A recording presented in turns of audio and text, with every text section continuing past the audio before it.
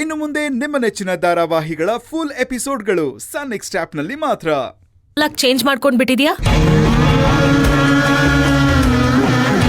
ನೋಡು, ನಿನಗೆ ನಿಮ್ಮಮ್ಮನ ಖುಷಿ ಮುಖ್ಯ ಅಂತಂದ್ರೆ ನನಗೆ ನನ್ನ ಮಗನ್ ಸಂತೋಷ ಮುಖ್ಯ. ಅವನಿಗೆ ನೋಡಿದ ಸಂಬಂಧ ಕ್ಯಾನ್ಸಲ್ ಮಾಡಿದ ನಿನ್ನ ಮದುವೆಗೆ ನಾನೇನಾದ್ರೂ ಬಂದ್ರೆ ಇಡೀ ಸಿಟಿ ನನ್ನ ಮುಖಕ್ಕೆ ಕ್ಯಾಕರ್ ಸುಗಿಯತ್ತೆ. ಸಿಟಿ ಬಿಡು, ನನ್ನ ಮಗನೇ ನನಗ್ ಬೆಲೆ ಕೊಡ್ತಾನಾ?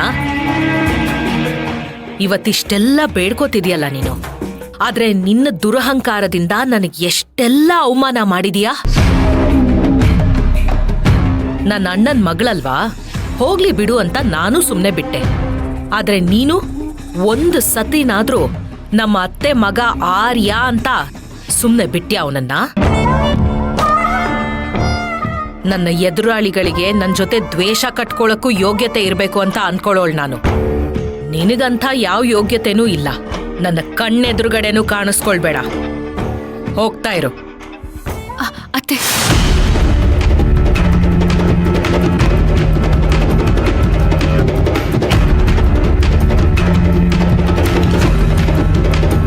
ಬಿಡೆ ಕೈನಾ.